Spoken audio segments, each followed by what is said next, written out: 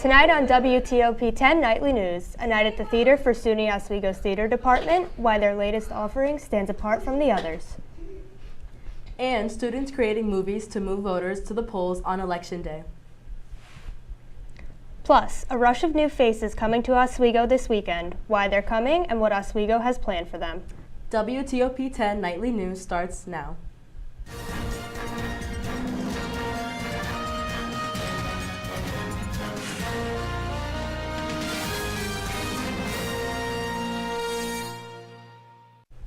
Good evening and thank you for joining us. I'm Caitlin Wright. And I'm Hazel Montalvo. Family and Friends Weekend is in full swing here at SUNY Oswego with a long list of activities starting today and going through this Sunday.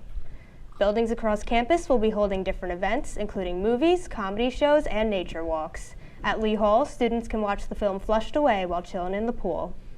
At Marano Campus Center, the improv comedy troupe is hosting a show, and Rice Creek will be opening their hiking trails. On Saturday, Campus Recreation is hosting their annual Great Pumpkin 5K run and walk for blessings in a backpack, with the men's and women's hockey teams also hosting 2 exhibition games later in the day. For more activities throughout the weekend, visit SUNY Oswego's website. Visitors this weekend will also have a chance to stop by for a show, with the theater department's production of the Laramie Project running through the weekend. WTOP reporter Eliza Hopkins stopped by the show's opening night to learn more. Eliza? It's safe to say that both the audience and myself were moved by SUNY Oswego's rendition of the Laramie Project. The play consists of interviews of people from Laramie, Wyoming in the 1990s. At the time, a young gruesome murder of a young man who identified as part of the LGBTQIA+ community shook the small town. On Oswego's Waterman Theater stage, the actors wore many hats, some playing up to 5 roles. We caught up with some of the actors and the director of the show to get a better understanding on why people should come and experience the play. Such a gorgeous show. It's so powerful, the message it has in it, the conversations that it starts. Such a profound and moving story that will just make anybody burst into tears, honestly. It requires all of the directors and the designers and all of the actors to work at a caliber of creativity to help sort of fill the world of the play and to fill the experience. If you haven't seen the show already, there's still time. The show is running in Waterman Theater until this Sunday, and you can get your tickets online at tickets.oswego.edu. That's all for me. Back to the desk. Vote Oswego is getting voters ready for Election Day in a cinematic way. To Get Out the Vote Film Festival will be showing 10 films created by students about the importance of voting. Students are invited to watch the films and eat popcorn free of charge. The event is on Friday from 4 to 6 p.m. in the Marano Campus Center auditorium. SUNY Oswego is being recognized by Abound College's awards with 2 awards based on the university's commitment to supporting students. Oswego was recognized under the Best Online Colleges, North 2024, and the Best Colleges for Adults 2024 awards. Oswego Dean of Extended Learning, Jill Pipin, said that high-quality faculty, excellent curriculum, and affordability as a SUNY school is what makes SUNY Oswego stand out. Besides online and on-campus classes, there is also evening and part-time degree programs, as well as the Syracuse branch. Students trying to turn their assignments in this morning had a little trouble thanks to some technical issues on the school's online learning platform, Brightspace. SUNY Oswego's Brightspace page became unavailable to students at around 10:15 this morning. SUNY administration reported the issue had been resolved today at 11:22 a.m. Anyone still unable to access Brightspace is advised to contact CTS. Temperatures are finally getting down to that Oswego low, but will the temperatures stay down for long? Let's take a first look at your forecast with Storm Team 10 meteorologist David Pearson. Good evening, Lakers. My name is David Pearson, and I'm here with a preview of your Laker weather. First thing on the agenda for tonight is the cold end to our week, as we have a frost advisory going into effect until 10 a.m. tomorrow, starting tonight. Following that, though, we will have a warm front moving in, and soon enough, that cold air will be nothing but a distant memory, much like the Jets going to the Super Bowl. And while we're on the topic of things that only happen once every 80,000 years, we have a little visitor in our southern skies in the next couple of nights, as the Atlas comet will be visible on the western southwestern horizon for the next few nights. Following that, we will also be discussing how we will have an unseasonably dry and sunny week coming up next week. But all that on the full forecast. Sending it back to the desk. Thanks, David. Gun violence in New York State is at its lowest level on record. Governor Kathy Hochul announced that gun violence declined 26% this year. The data shows there were significant decreases in Syracuse, Utica, Rochester, Niagara Falls, and Long Island. This marks the fewest reported shooting incidents since New York State started tracking the data in 2006. Phi Kappa Psi issued a statement today after hazing video surfaced from Syracuse University. The video allegedly shows a student being abused and hazed.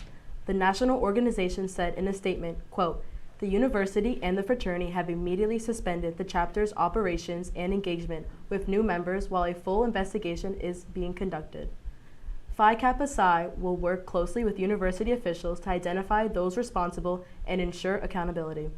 Syracuse University Chancellor Kent Stive issued a statement last night suspending the fraternity and denouncing actions done. Just 3 weeks before Election Day, Democratic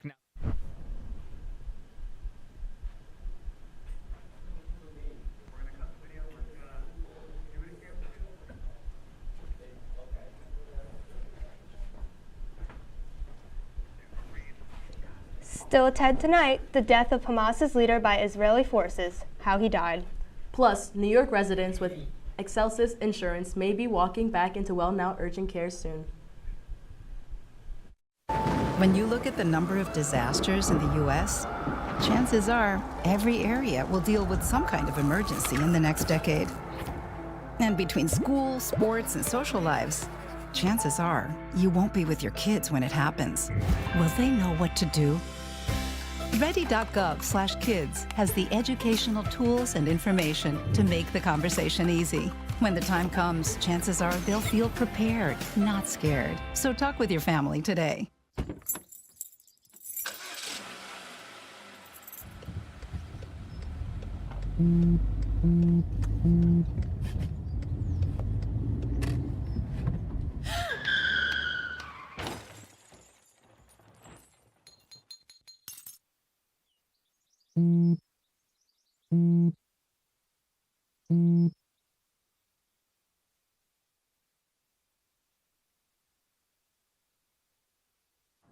Your call has been forwarded to an automatic voice message system.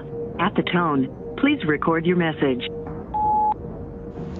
Hey, I don't have much time. It's almost here. Listen closely, and whatever you do, don't panic.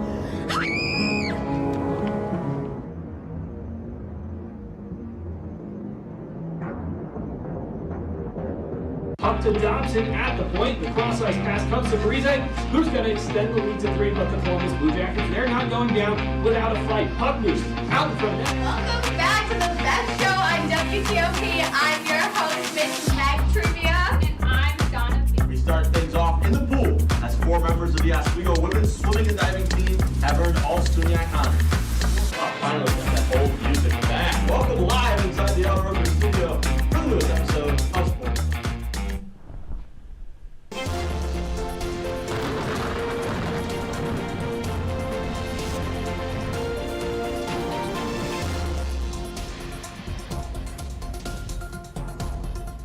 Good evening, Lakers. My name is David Pearson, and I'm here with your full Laker weather report.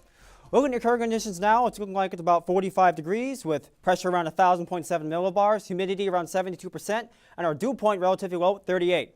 We got winds out of the northwest at 17 miles per hour, and you'll see why that's happening in a couple minutes. Moving on now, we're checking temperatures just around the rest of the state here. You can see Oswego's a little patch of green by the lake, still keeping us warm, which I really appreciate about it, so that won't stay for long though. Moving around here, frost advisory in effect till 10 a.m. tomorrow as temperatures dip into the 30s, okay? Not going to be very fun, but unless you're in college and have a plant for some reason, you should be pretty much okay. Just walk to school might be a bit chilly tomorrow. As you can see, tonight's forecast, clear but chilly, 38 degrees. I'm going to draw your attention here to the moon behind me here at Sheldon Hall, because that's one of our newsmakers for tonight. One of them here, We got a big thing happening tonight. We got the Super Hunter's Moon happening. It's a huge moon. It'll be in the sky pretty much the entire night. So I recommend after this broadcast, go outside and check it out for a little bit. You know, should have some time when it's in the sky. Also, if you look to the west-southwest, around sunset, we'll have another thing. The Atlas Comet will be slightly visible. It'll be a little bit faint, but you'll be able to see it. So check for that for the next few nights when it's still around. And now, clear skies, we have those for a reason. We got a high pressure system moving in like this. We got some northwestern winds. They're going to bring some colder air and then warmer air tomorrow as the southwest. As you'll see with the temperature map here. Starting tomorrow morning, it'll be low 40s, relatively chilly. For some of us like me who are going to be up at that time, it's going to be not very fun.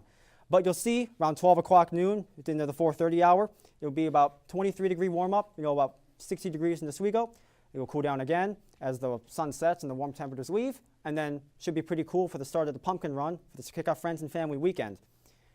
Taking a look at your long-range forecast here, it's going to be unseasonably warm starting tomorrow afternoon and then going into the rest of the week. Saturday, Friends and Family weekend will kick off. Pretty warm, 60 degrees, a lot of sunshine.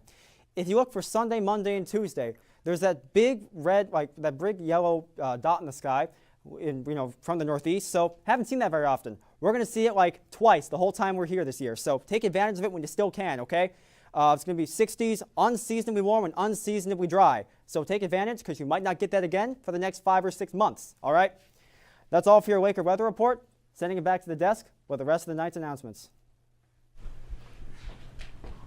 Excelis Blue Cross Blue Shield has resumed negotiations with WellNow Urgent Care after their contract ended in late 2023, leaving members unable to use their insurance at WellNow locations. Alongside WellNow, talks are also ongoing with Family Care Medical Group and St. Joseph's Health, where proposed rate hikes caused disputes. While minor progress was made, no final agreements were reached. St. Joseph's Health will remain in the Excelis network through the end of 2024. The City of Syracuse Fire Department responded to a fire early this morning on Seymour Street on Syracuse's west side. Firefighters arrived to the scene around 5:30 to find the vacant 5-story apartment building in flames. The fire was fought for 6 hours before it was put out. No civilians or firefighters were injured at the scene. The cause of the fire is still under investigation. Yahya Sinwar, the chief architect of the October 7th attack in Israel last year and leader of Hamas, was killed in battle on Thursday. The Israeli military say that it appears as though troops ran across Sinwar unknowingly in battle, to only discover afterwards that one of the victims of the battle was Sinwar. President Biden says he hopes Sinwar's death opens up for a political settlement between Palestine and Israel. Democratic presidential candidate Kamala Harris sat down for a fiery interview with Brett Baier from Fox News this week. CNN Brian Abel has more on the interview and Trump's reaction. Just 3 weeks before Election Day, Democratic nominee Kamala Harris sitting down for a contentious interview with Fox News. The vice president sparring with anchor Brett Baier over border security for nearly half of the 27 minutes interview. The first bill, practically within hours of taking the oath, was a bill to fix our immigration system. Yes, ma'am. It was called the U.S. Citizenship Act of 2021. Exactly. It was essentially a pathway to citizenship for the... Yes, ma'am. May I finish responding, please? The interview hitting a climax over recent comments from Trump that his political rivals are the enemy within the U.S., though Fox did not play that portion of his comments in a clip during the Harris interview. No, that's not what you just showed. In all fairness and respect to you, that was the question that we asked him. You didn't show that, and here's the bottom line. He has repeated it many times, and you and I both know that. And you and I both know that he has talked about turning the American military on the American people. He has talked about going after people who are engaged in peaceful protest. He has talked about locking people up because they disagree with him. This is a democracy. And in a democracy, the President of the United States, in the United States of America, should be willing to be able to handle criticism without saying he'd lock people up for doing it. Trump himself responding to the interview with a post on Truth Social, saying in part, "Congratulations to Brett Baier on a tough but very fair interview, one that clearly showed how totally incompetent Kamala is. For the good of our nation, her inferior cognitive ability must be tested at once." In Washington, Brian Abel reporting. Republican vice presidential nominee J.D. Vance reacted to the interview, saying that he believes something pathological is going on with the Democratic nominee. Dolphins are inhaling microplastics, according to a new study. For the first time, scientists say there are harmful particles in the breath of bottlenose dolphins off the coast of Louisiana and Florida. Microplastics are small pieces of plastic that are less than 1/5 of an inch. Previous research found that animals were eating tiny particles and they were present in marine mammal tissues.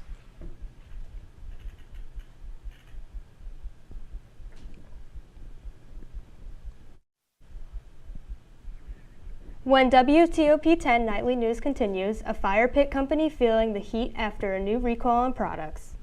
And Netflix continues to stream past expectations, upping their subscribe amidst their crackdowns on password sharings.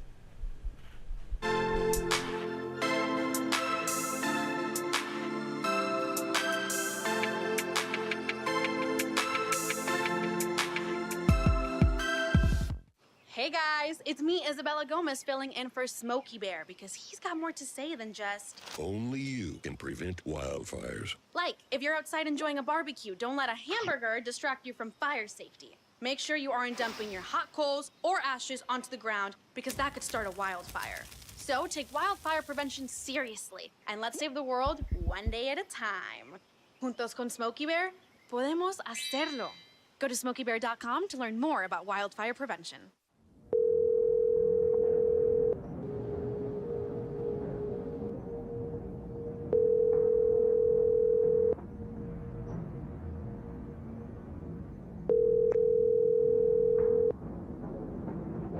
Your call has been forwarded to an automatic voice message system. At the tone, please record your message. When you have finished recording, you may hang up or press 1 for more options. Hey, I don't have much time. It's almost here. Listen closely, and whatever you do, don't panic.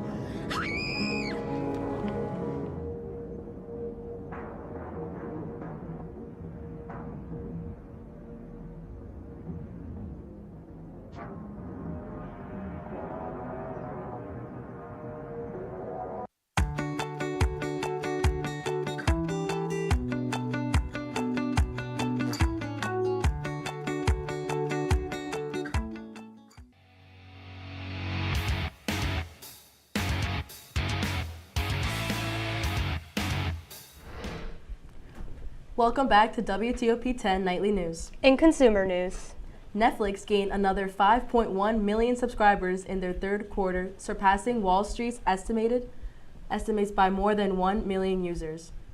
Shares in Netflix rose 3.5% after the earnings reported released on Thursday. This growth is expected to continue around the holiday because of the return of the show Squid Game and the arrival of WWE's Monday Night Raw. The service also is investing more into live content with the Jake Paul and Mike Tyson fight, as well as its first NFL games. retailers are expecting new record sales year, but at a slower pace. CNN's Karen Kafa has more on what this means for deals this holiday season. Retailers expect another holiday spending record, but sales will grow at a slower pace. The National Retail Federation says consumers will spend between $980 and $990 billion in November and December, with sales growth between 2.5 and 3.5%, slightly lower than last year's holiday growth of 3.9%. Catherine Cullen, Vice President of Industry and Consumer Insights for NRF, says growth is more in line with pre-pandemic numbers because consumers have other outlets for spending. They're spending on travel, they're spending on dining out, as well as other services in their lives. And as a result, they're moderating their spending on goods. They're returning to how they used to spend on things like apparel, on home goods. Other factors: lingering inflation fatigue, a shorter span between Thanksgiving and Christmas this year, just 26 days. And NRF sees a potential impact from Hurricanes Helene and Milton. And the November presidential election also remains a wild card. There's a lot of stressors out there, And we do see that consumers are turning to these moments of celebration to find joy, to find meaning. Cullen says retailers expect deliberative consumers focused on value, so stores have already started sales and will roll out discounts and deals throughout the season. In Washington, I'm Karen Kafa. Reports say consumers are struggling with higher prices and other reasons to spend their money this year. The U.S. Consumer Product Safety Commission is recalling nearly 90,000 tabletop fire pits after reports of serious burn injuries due to visible alcohol flames.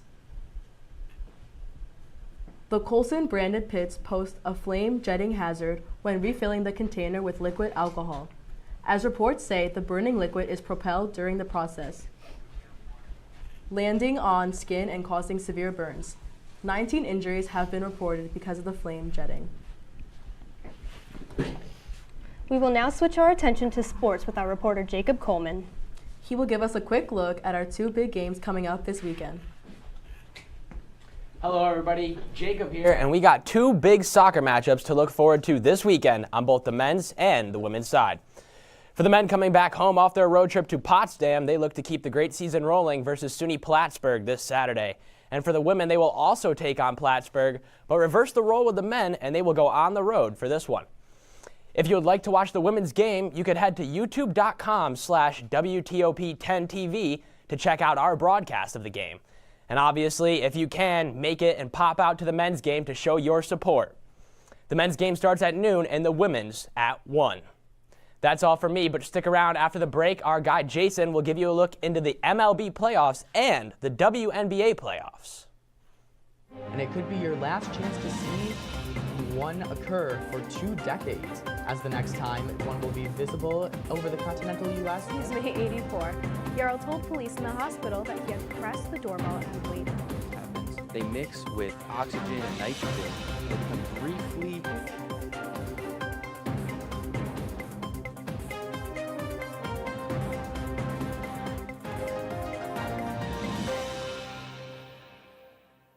What's going on? Yeah, we go on at like 11:30. It's like No. What do you mean no? It's 10:30. 10:30? Yeah, it's 10:30. What do you mean it's 10:30? Hey, don't touch that. That's my ladder. Hey, man. Whoa.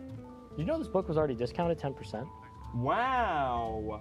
Get a close up with that one. Matthew, Look at that. Can we go back inside? I want to sleep in the studio again.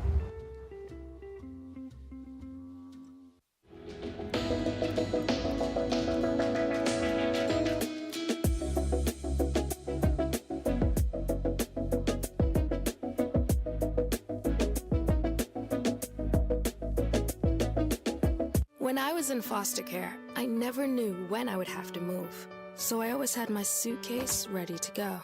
Then one day, I was adopted. My new parents opened their hearts and home to me. My parents cook my favorite breakfast for me every morning. My parents take me on trips I never thought I would go on. They gave me a home and an even better reason to use that suitcase. My parents aren't perfect, but they're perfect for me.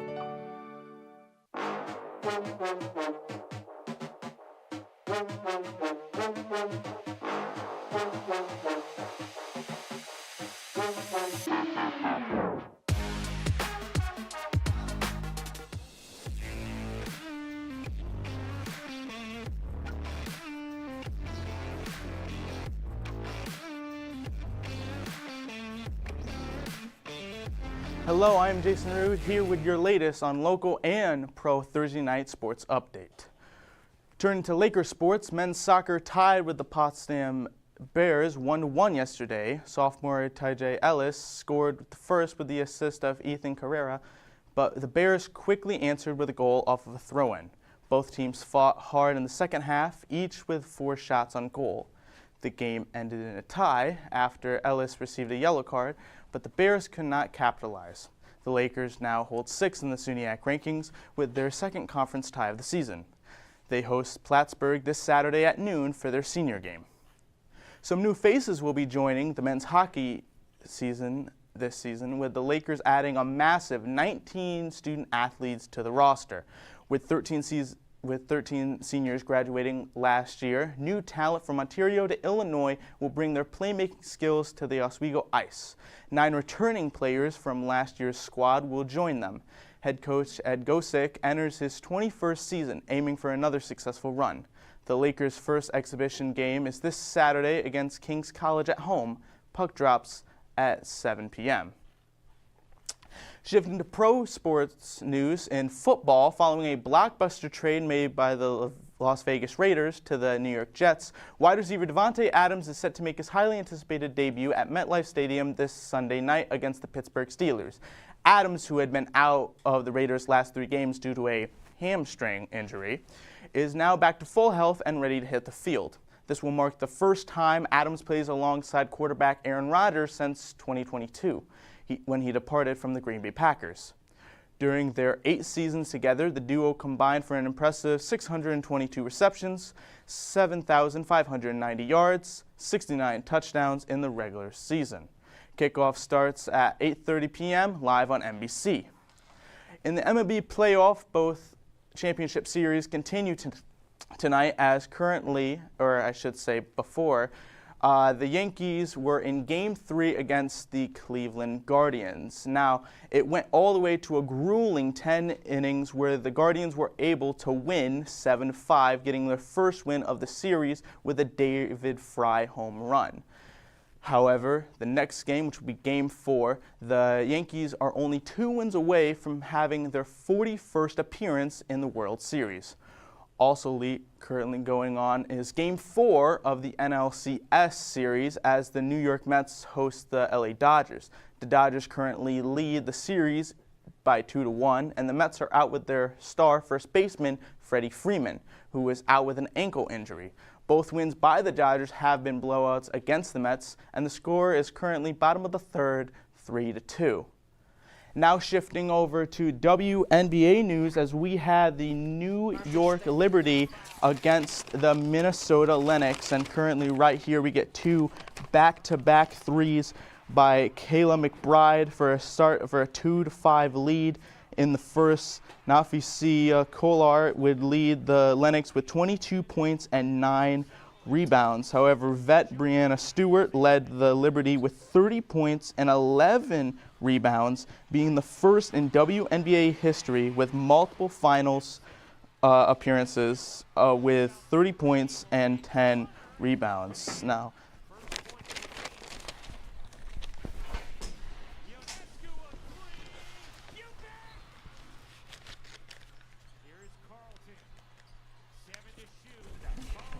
Thanks, Jason. We'll be right back after the break.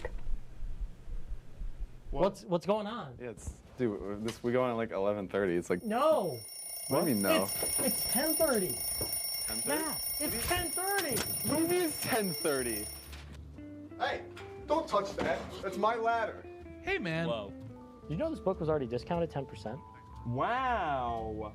Get a close up of that one. Matthew, Broadcast news. Look at that. Can we go back inside? I want to sleep in the studio again.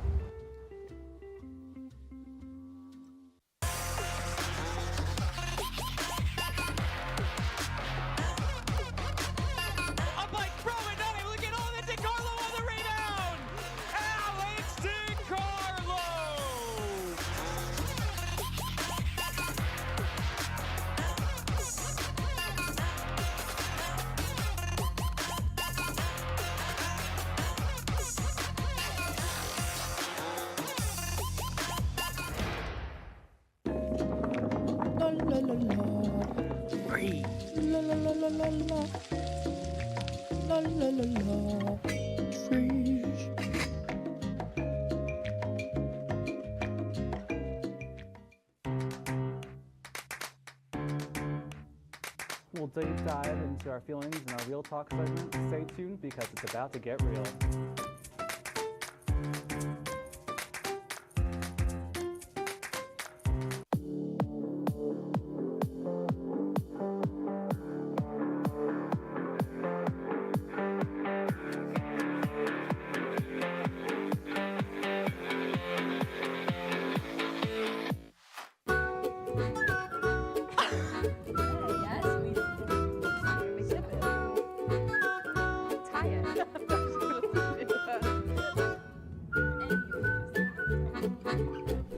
That's our report. Good night, everybody.